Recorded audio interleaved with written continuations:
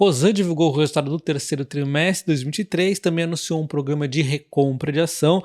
Vamos falar sobre isso. Eu acredito que não vai ter surpresas no mercado em relação ao resultado, mas vamos ver, né? A gente sabe que as ações primeiro elas vinham numa sequência de alta, depois ali, ó, em meados ali, fim de 2021, meados de 2022, ela pegou uma sequência muito de queda, né? Uma sequência forte e longa que parecia que em alguns momentos ia se recuperar, mas iniciou-se uma nova trajetória de queda quando a taxa de juros do Brasil resolveu embicar para cima, né? Então tá muito aqui na questão da dívida. Então vamos ver como é que tá a dívida, mas também temos que olhar o principal, que é como que estão as empresas dentro do grupo Cosan, tá?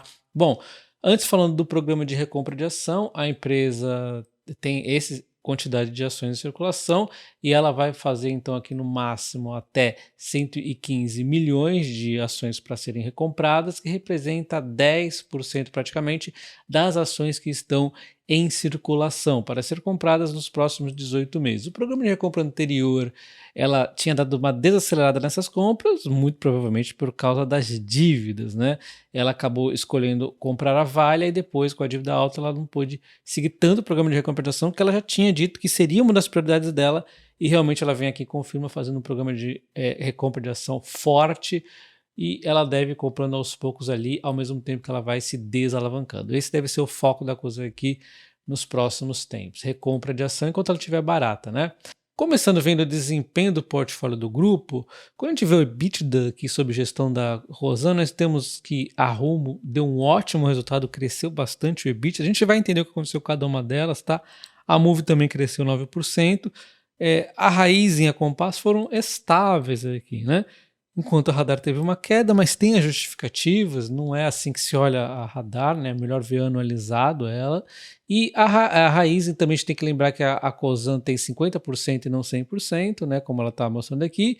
E a Vale, ela mudou um pouco a forma de visualizar a Vale, tá? Mas a gente já falou da Vale em vídeos anteriores, eu acho que não vou focar tanto na Vale, vou focar nas demais aqui que a gente traz mais nos resultados da Cosan, né? Então nós temos aqui, ó, primeiro, a empresa, ela realmente queimou mais caixa, que a geração de caixa acabou sendo consumida, né, queimada aqui, com 29% de pior em relação ao mesmo período do ano passado, de melhora, na verdade, em relação ao mesmo período do ano passado, mas revertendo um caixa positivo.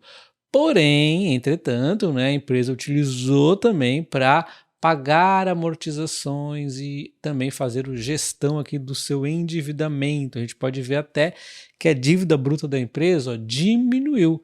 Em relação ao último trimestre, a empresa conseguiu diminuir sua dívida de 24,2 bilhões em 1,4 bilhão, a sua dívida bruta, mas como ela utilizou caixa para pagar essas dívidas, amortizar essas dívidas, né, acabou ficando então a dívida líquida da empresa estável frente ao trimestre anterior.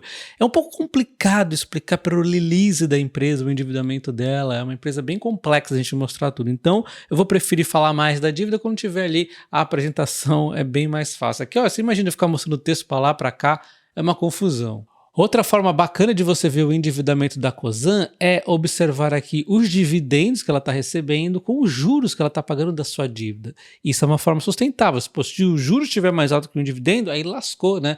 Só que é bacana você ver isso aqui de forma anual e não trimestral, porque oscila muito. Mas, de qualquer forma, a gente está vendo que está sendo sustentável no trimestre anterior, neste trimestre novamente, né? Só que quando você vai comparar com o 3T23 e com o 2T24, vai dar menor, porque esse trimestre acabou diminuindo dividendos. E, de novo, é importante você ver anual. De qualquer forma, se a gente vê o índice de cobertura de juros da dívida, olha só, 1,2 é sustentável, mas diminuiu em relação ao 3T23 e diminuiu também em relação ao 2T24. Só para ficar claro, né? Quanto maior o dividendo, maior esse número. Então, a gente está querendo um número maior aqui, né? Maior a capacidade aqui dos dividendos pagarem os juros ali, né?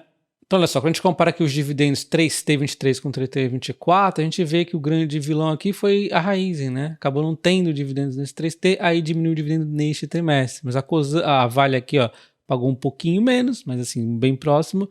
E a Radar, que pagou um pouquinho de dividendos aqui, também foi um pouquinho menos. De novo, eu prefiro ver anualizado. E vendo aqui o 3T LTM 24 com o 3T LTM 23, aí você pode ver então os dividendos maiores, 28% maiores nesse momento. O momento que vai ser o último slide complicado que nós vamos ver da Cosan hoje, tá? O resultado financeiro, mas eu vou passar bem rapidinho. Tem aqui efeito de marcação a mercado, desfazimento de derivativos, né? Aquela proteção que ela tinha ali na Vale, tem o financiamento que ela vai desmontando ali, da Compass, é uma confusão. Mas de modo geral a gente vê o resultado financeiro aqui, ó, 521 milhões pesando contra 547 do 3T23. Não vamos nos alongar muito aqui, tá? Eu acho muito mais interessante você ter uma visão anual de quanto custa o resultado financeiro da empresa e principalmente ver se ela está se desalavancando ali na dívida e se os dividendos também de forma anual estão ali progredindo, né? É basicamente isso, tá? E mais, na verdade, do que ver os dividendos progredindo é ver o que as empresas do Grupo Cosan estão fazendo. E é isso que nós vamos olhar agora. O Grupo Cosan continua forte, os resultados continuam crescendo. Então, antes da gente olhar o que está acontecendo no grupo, olhando o lucro líquido, a gente vê que a empresa deu lucro nesse trimestre, revertendo aqui um prejuízo do trimestre anterior, mas diminuindo o lucro em relação ao mesmo período do ano passado. Só que eu não acho interessante olhar o lucro da Cosan nesse momento. A Cosan eu gosto de olhar, primeira coisa, mais importante de tudo, como estão os resultados dentro do grupo, o EBITDA ali de cada uma das empresas, o que está acontecendo com a holding, né? E óbvio que também a dívida, como é que está a dívida da Cosan, e em segundo plano, como é que está ali os dividendos que ela vai recebendo do grupo, né? E também o resultado financeiro ali, sempre de forma anual, essas duas coisas, para a gente ter uma visão mais completa. E aí, vamos entender então a parte mais importante agora, que é o que está acontecendo com o grupo.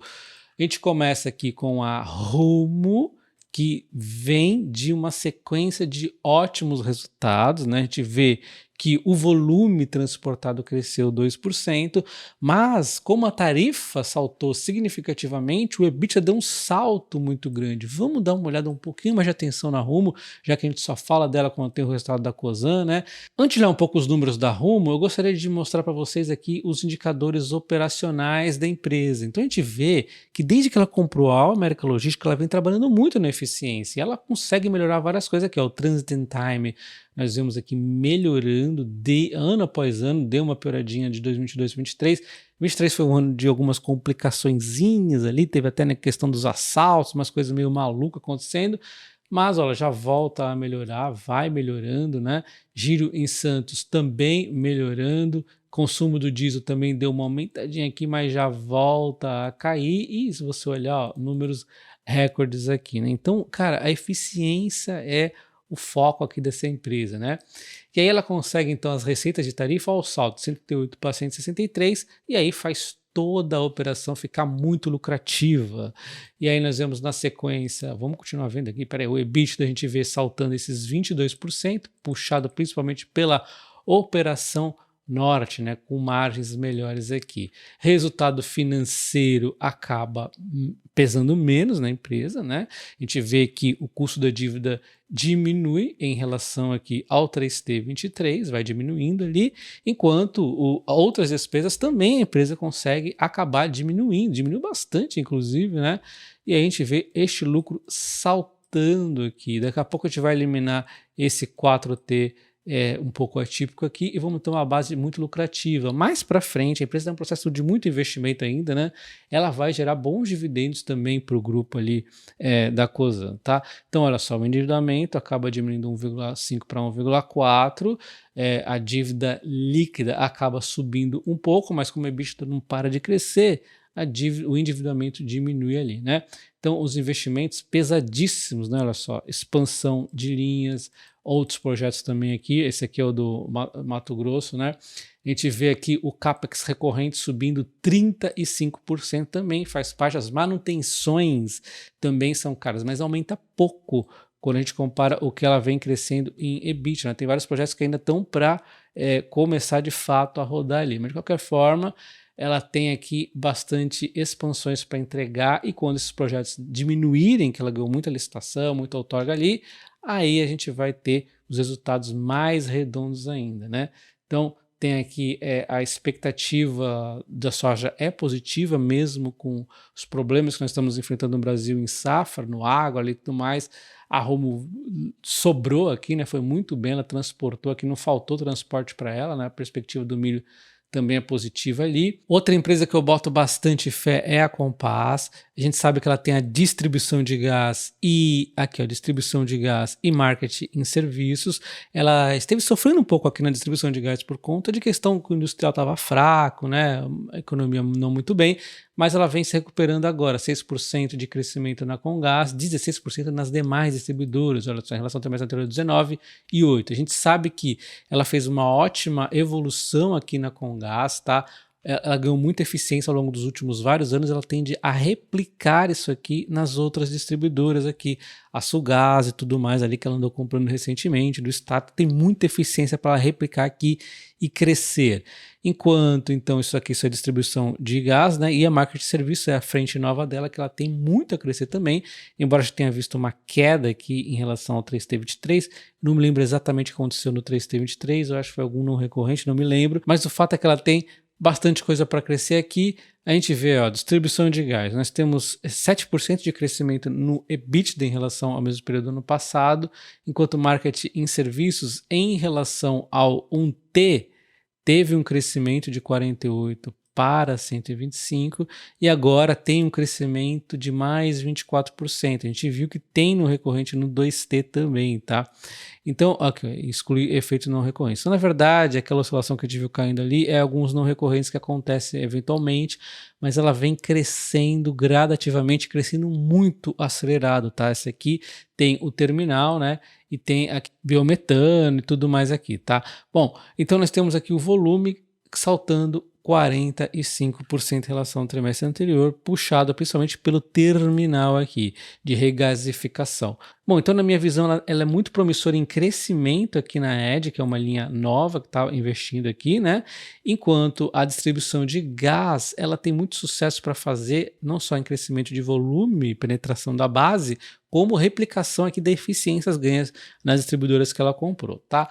Bom, então a gente vê o EBITDA ajustado saltando 11% aqui nos 9 meses, né? No trimestre, em relação ao ano passado, ficou no 0 a 0. E agora vamos falar da Moove, né? Que ganhou o noticiário aí quando ia fazer o IPO nos Estados Unidos, mas fracassou o IPO por enquanto, porque o pessoal não queria pagar os múltiplos mais ou menos próximo de outras empresas similares nos Estados Unidos, porque ela é brasileira, né? O pessoal não está contente com a situação do Brasil, né? Então o que acontece aqui no resultado da Rumo é que ela caiu 6% em termos de volume, porém, diante de gestão de portfólio melhor e o mix de produto favorável, ela conseguiu crescer o EBITDA em 9%. A Moove, ela vem uma sequência de resultados crescentes, só cresceu 17% nesses 9 meses. A Moove vem sendo muito sólida aqui, né? E o IPO só acaba não saindo mesmo por conta de ser uma empresa brasileira. Mas ela serviu para mostrar o quanto que a Cosan tem de valor, né? Uma pequena empresa do grupo tem um valor muito grande dentro da Cosan. E agora eu vou falar da Radar, outra empresa pequena do grupo, que vai te surpreender também a notícia que eu vou trazer, tá? Bom, primeiro a gente vê aqui que o EBITDA deu uma queda significativa de 73%, mas isso é por conta de arrendamento de terras agrícolas, que apresentou uma grande redução de 380 milhões. Isso aqui acontece, né? Vai variar de um trimestre para o outro, tem a questão de venda, né? E tudo mais. Então o que acontece? É melhor você olhar talvez o lucro bruto em alguns momentos. Vai depender muito, né? No momento agora nós vemos o lucro bruto que eu acho que faz mais sentido. Caiu 6%, ou seja, relativamente estável, né? Ele vem subindo aqui em relação ao trimestre anterior, vem subindo nos 9 meses, tá? Então, tá indo bem. A Radar que eventualmente nos surpreende positivamente, o valor das terras pode ser reavaliado a qualquer momento também para cima. De qualquer forma, a gente vê o EBITDA, né? Tendo essa queda por conta de uma questão meio que, vamos chamar meio que de não recorrente, que oscila mesmo de vez em quando, né? Bom, então a gente vê aqui, eu gostaria que você se atentasse ao valor das terras do portfólio ali no 3T24 na Radar. Então a gente fala muito da Klabin, tem um valor de terras muito grande. Cara, só estou falando da Radar, uma pequena empresa dentro do grupo da Cosan, ela tem um valor de 16,2 bilhões em terras, do quais 5 bilhões é referente à participação da Cosan. 5 bilhões só de valor de terra. A Cosan tem 5 bilhões de valor de terra. e a gente vê o valor da Cosan de mercado é 21 bilhões e 4. Você tem noção a maluquice que é isso? A gente viu a Moove, é uma fationa desse valor. A gente viu a Radar, uma fatia também bacana de 5 bilhões de valor de terras. E é isso que mostra o quanto que a Cosan está descontada, o quanto que o mercado bate na empresa, né? Bom, então do grupo só ficou faltando a Raízen e a Vale. A Vale eu já fiz um vídeo específico, é só você ver o card aqui em cima.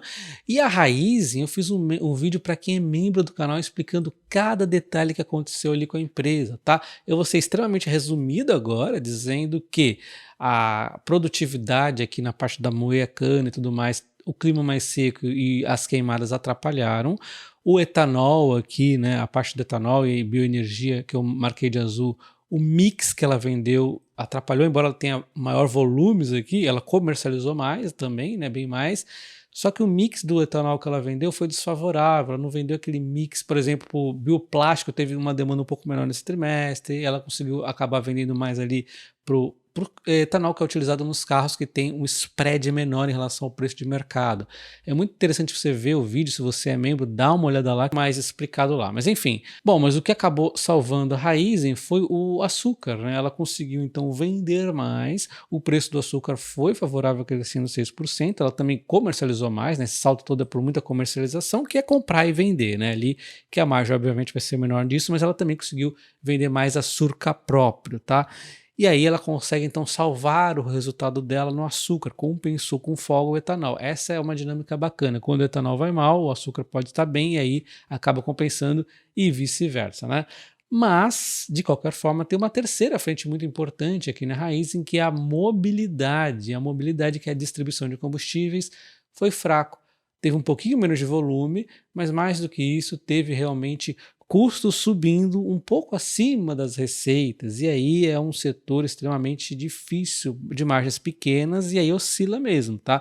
Distribuição de combustíveis assim, é melhor olhar o ano usado, se olhar trimestre a trimestre, vai oscilar, impactou, e a distribuição de combustíveis caiu 24%, que é o que fez o resultado da Raízen não subir quanto deveria, que o açúcar nos levava a crer que ia ter um ótimo resultado, mas aqui a mobilidade acabou puxando para baixo, né? Porque o açúcar compensava com folga ali a queda nos renováveis, né? Que é etanol e tudo mais, porém a mobilidade acabou puxando para baixo. Se vocês quiserem, eu posso voltar a fazer um novo vídeo da Cosan, focando mais aqui na Cosan mesmo, nessa questão da dívida, falando um pouco mais, tendo os slides melhores ali da apresentação também para ficar mais fácil de explicar, né?